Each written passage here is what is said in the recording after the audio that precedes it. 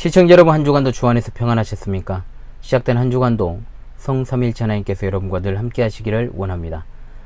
이번 주에도 하나님 말씀 중심의 삶을 살아가시기를 간절히 소망하며 2021년 33주차 하나님의 말씀은 로마서 11장 33절의 말씀이 되겠습니다. 자, 함께 외워봅시다. 깊도다 하나님의 지혜와 지식에 풍성하며 그의 판단은 헤아리지 못할 것이며 그의 길은 찾지 못할 것이로다. 로마서 11장 33절 말씀. 아멘. 다시 한번 외워봅시다. 깊도다 하나님의 지혜와 지식에 풍성하며 그의 판단은 헤아리지 못할 것이며 그의 길은 찾지 못할 것이로다. 로마서 11장 33절 말씀. 아멘. 자, 로마서 11장 33절에서 이제 36절까지 한 단락으로 말씀을 묶어서 이제 이해를 해야 되는데, 이 부분은 바울 사도가 여태까지 논의했던 것들을 정리하는 곳입니다. 즉 전체적으로 이제 마무리하는 곳이죠.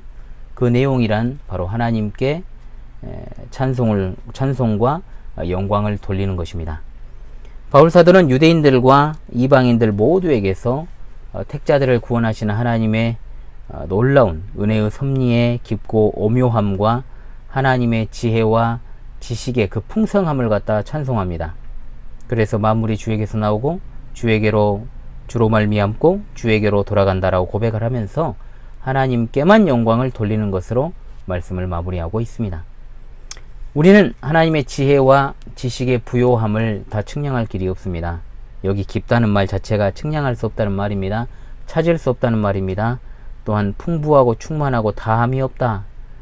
판단이라는 말은 복수형으로 사용되었습니다. 판단들입니다. 즉 하나님의 섭리적인 어떤 결정하심들을 가리키는 말로 사용되었습니다.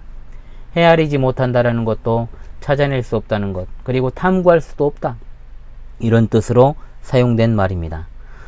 한마디로 우리가 도무지 알 길이 없다는 것입니다.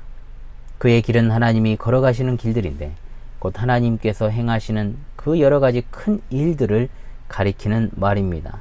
찾지 못한다라고 했습니다.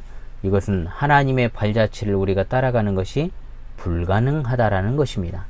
이 세상을 경영하시는 하나님의 섭리를 어찌 우리 같은 지음받은 피조물이 다 이해할 수 있고 다 똑같이 그것을 행할 수 있겠습니까?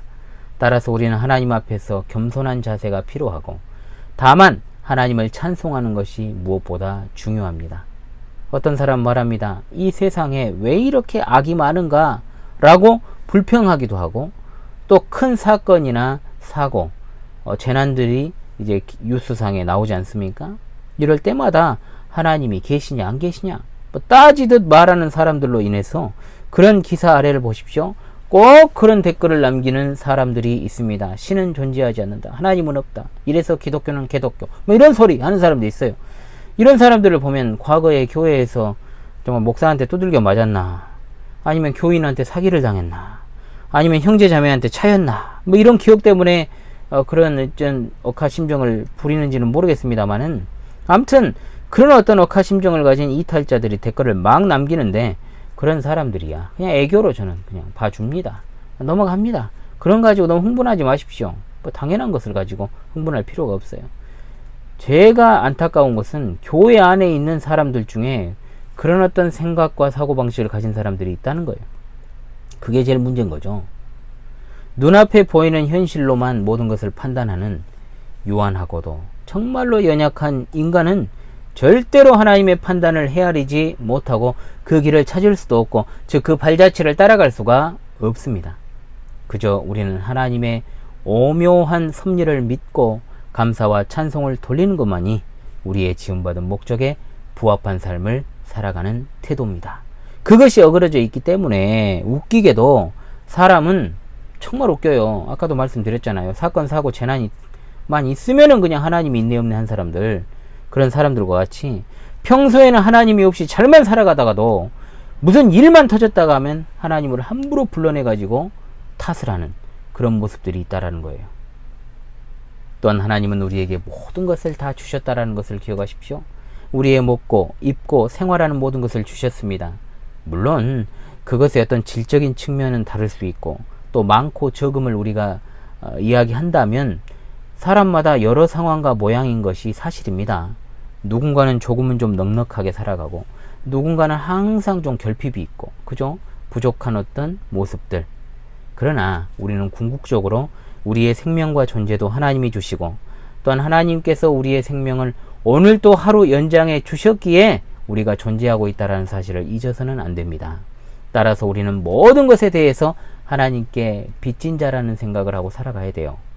하나님 아버지께서는 사랑하는 독생자 예수 그리스도의 공로로 우리를 구원하시고 우리에게 영생을 주셨습니다.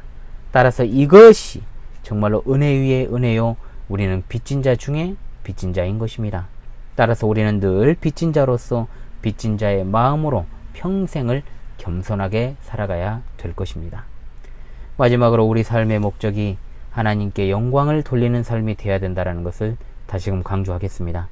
미력하나마 하나님의 은혜를 찬송하고 하나님께 영광 돌리는 삶을 살아가야 됩니다. 우리의 삶을 통해서 하나님의 이름을 높이고 우리의 선한 행실을 통해서 하나님께만 영광이 돌려지도록 그런 삶을 살아가야 된다는 것이죠. 그분은 흥하고 나는 쇠하여야 한다라고 우리가 말하며 살아가야 되는 것입니다.